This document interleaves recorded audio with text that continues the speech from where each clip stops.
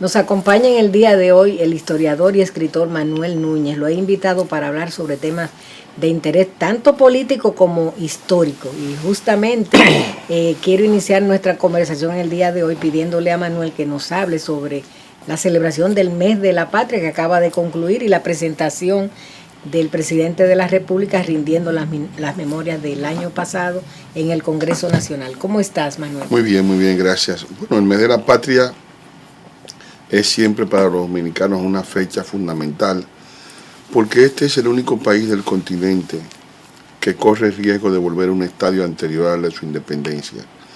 Porque la República Dominicana es un equilibrio de las culturas, un equilibrio de las poblaciones, un equilibrio de las economías. Si se rompe ese equilibrio, como está ocurriendo en la actualidad, por un desplazamiento de las poblaciones, por un cambio de poblaciones, es decir, una desnacionalización del territorio, una desnacionalización del empleo, una desnacionalización de la cultura, todo eso constituye una amenaza.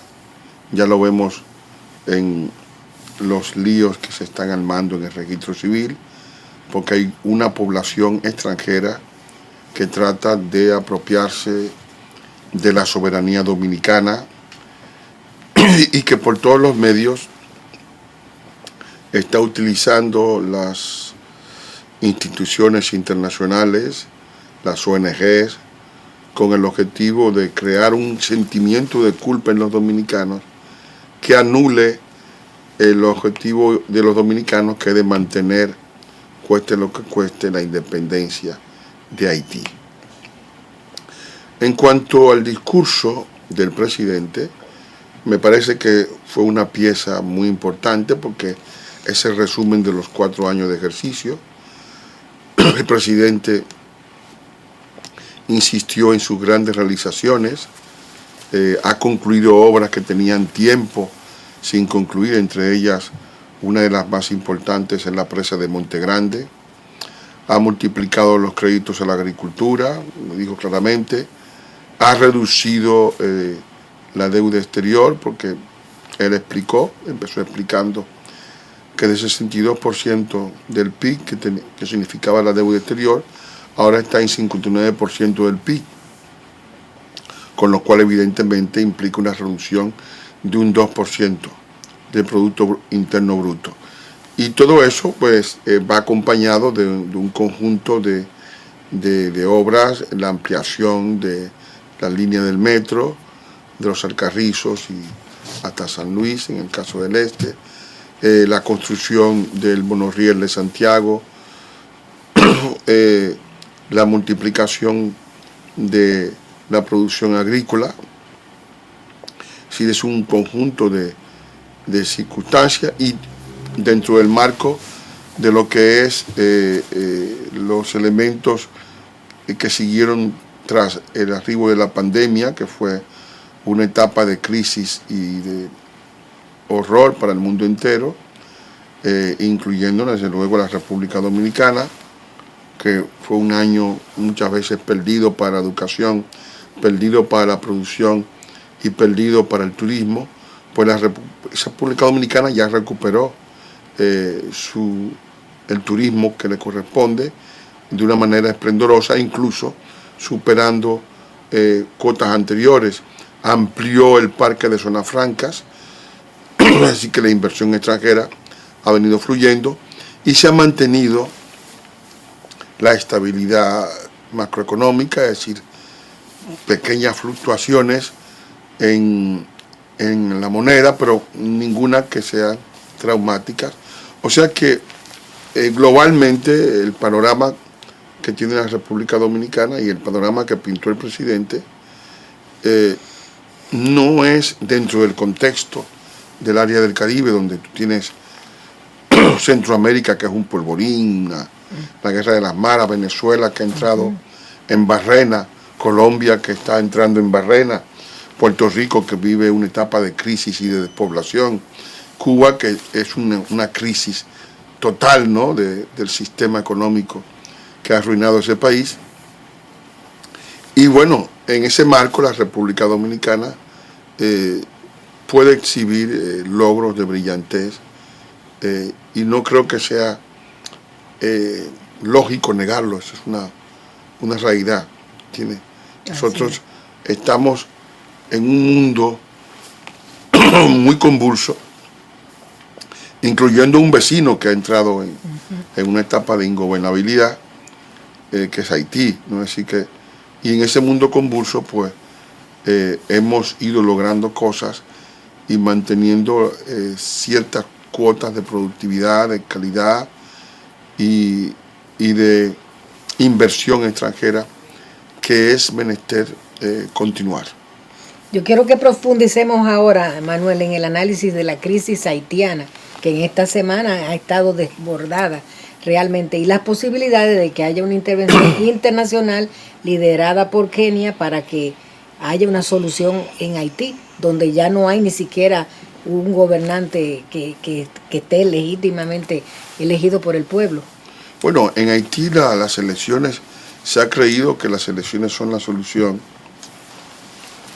pero en realidad las elecciones nunca han sido la solución en el caso haitiano, porque en épocas anteriores hubo grandes inversiones de la comunidad internacional para procesos electorales y al final el país volvía y caía en la ingobernabilidad.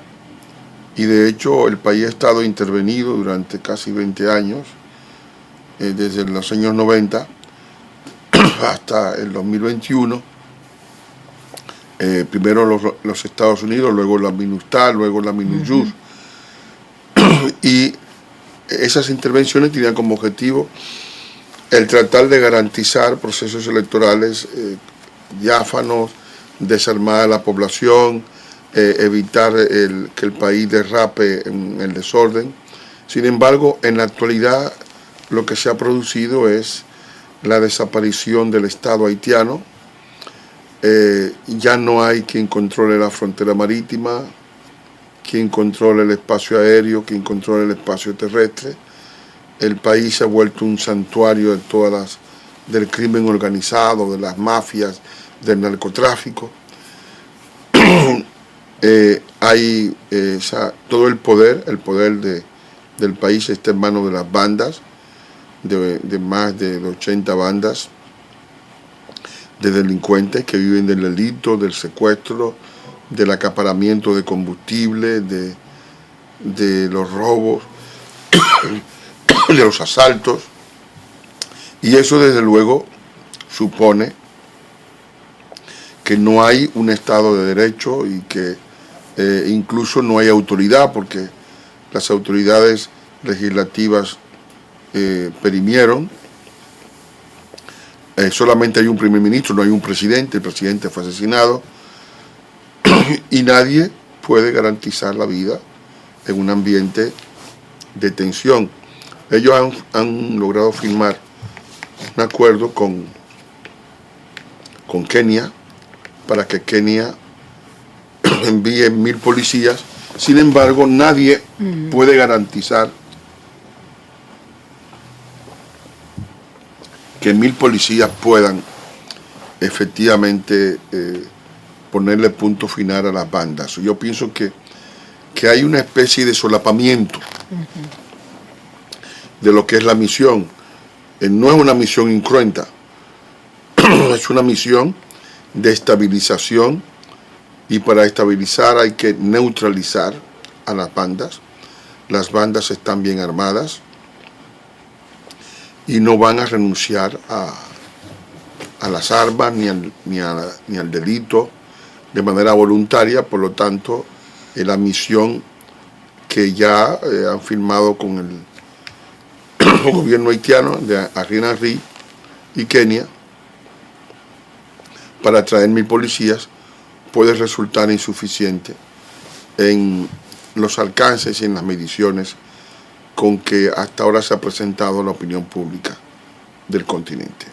Yo pienso que esa misión debe ser reforzada, y de hecho hay otros países que van a colaborar, algunos países del continente, van a colaborar con el objetivo de engrosar las filas de una misión que eventualmente estará liderada por Kenia, que va a llevar el comando de la misión. El objetivo de la misión debe ser la eliminación de las bandas y el devolverle al poder civil todas las prerrogativas, es decir, la creación de una policía nacional y de una guardia nacional que pueda hacerle frente a los desafíos de un territorio que tiene más de 1.500 kilómetros de costa, con lo cual tiene que haber una fuerza, una armada que proteja las costas de la incursión del delito y al mismo tiempo que le proteja al país de los desórdenes a los que se expone con estas bandas que han hecho que el país entre en un estado de somalización, es decir, que vive de la piratería y de la delincuencia. Sí. ¿Por qué eligen a Kenia para este intento de pacificación de Haití?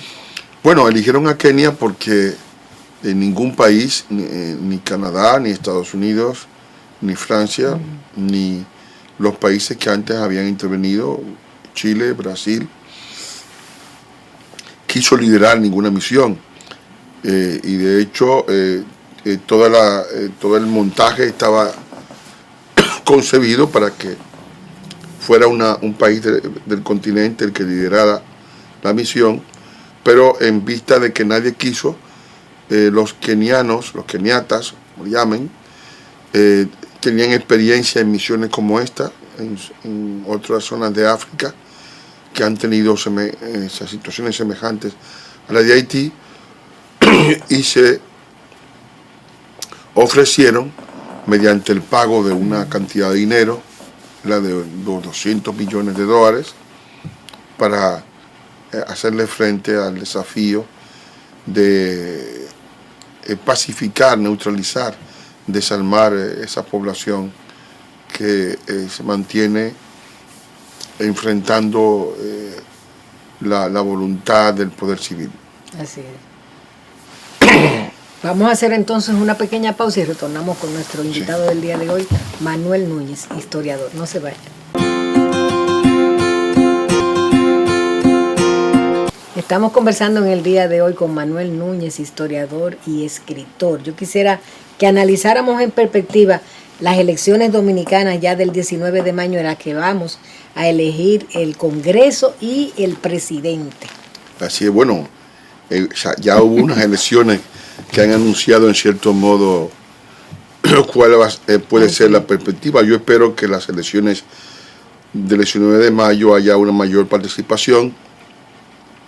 Las elecciones municipales no generan nunca la gran cantidad de avalancha de gente que va a votar. Sí, hay más polarización en las presidenciales, lógicamente. Sino, y además mucha gente, por ejemplo, en muchos casos, que eran parte de zonas que habían sido ganadas por el PRM, la gente pues dice, bueno, ya ganamos. Ya. Hay como una especie de apatía, algunos se van a la playa, y no hay ese entusiasmo, pero definieron también, porque votaron más de 2 millones de dominicanos, definieron lo que sería una especie de encuesta. Yo diría que es más que una encuesta, porque la encuesta es sobre intención de voto. Esto es una encuesta del voto. En realidad. Y la encuesta del voto le da al PRM un 61% del electorado a su favor, y el resto pues le toca a la oposición. ¿Que sería esa la proyección hacia mayo? No lo sabemos todavía, no se ha producido, pero todo apunta a que las elecciones de mayo están más o menos definidas, están más o menos claras. No habrá mucha sorpresa. Yo he seguido todos los estudios, encuestas, focus group, y todos tienen como continuidad. Es más, ya se ha sentado una verdad, ¿no? en muchos estudios, porque en todas las encuestas últimas de las empresas más reputadas, la Gallup, la Greenberg y otras. RD Elige se ha estado rankeando mucho, Sí, la de Sol de la Mañana. Sí, RD Elige, es decir, RC Media, todas las encuestas pues tienen un mismo sesgo y tienen más o menos cifras parecidas que sitúan al presidente Fernández en poco más de 20% de los votos, al presidente Abinader en más del 50% por lo general. Eso oscila, algunas llegan a 61, otros se quedan en 52, 53. 53, es decir, que son variables porque esas son mediciones, no es la realidad misma,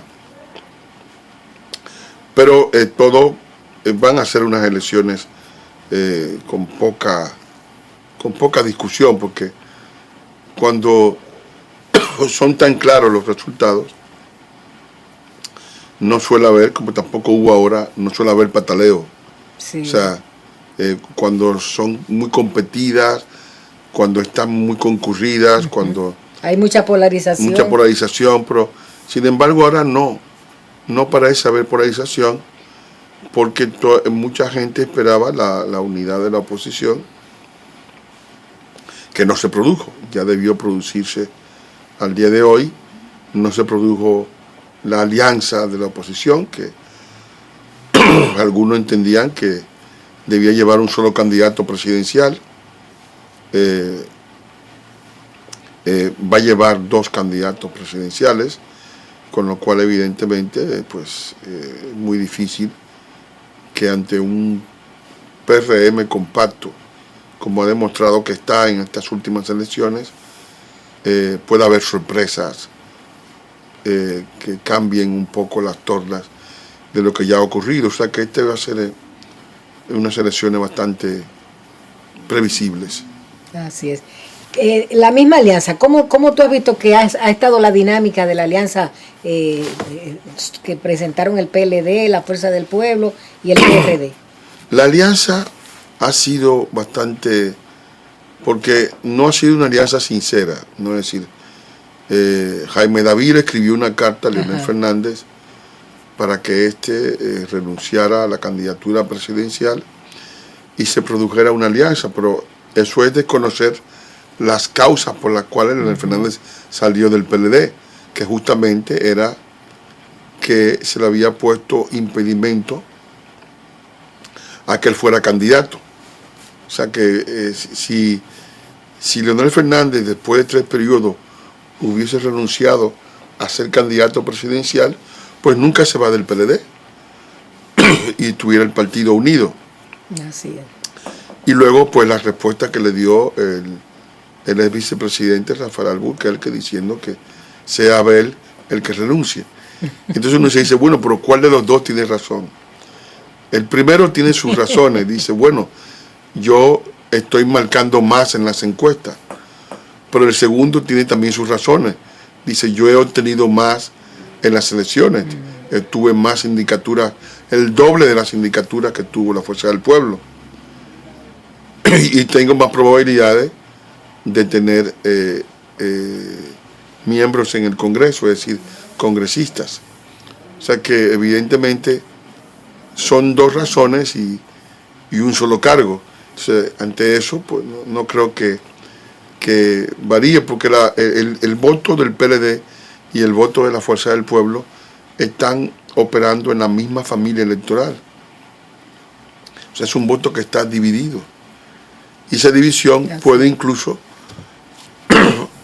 hacer que los dos pierdan personas, porque luego aparece un pequeño partido, que es el de Valentín Giminián, que es una especie de dispensario para recoger a los heridos de un lado y de otro, que apoyen al gobierno. O sea y ya sacó 4 alcaldías y 8 distritos. O sea que Eso quiere decir... Una sorpresa en esas pasadas elecciones. No, una sorpresa, porque siempre que cuando la gente se convence, porque tiene que ver que mucha gente está siguiendo a Abel o está siguiendo a Leonel, pero esa gente no vive en Marte. O sea, esa gente tú no puedes decirle, síguenos que vamos a ganar.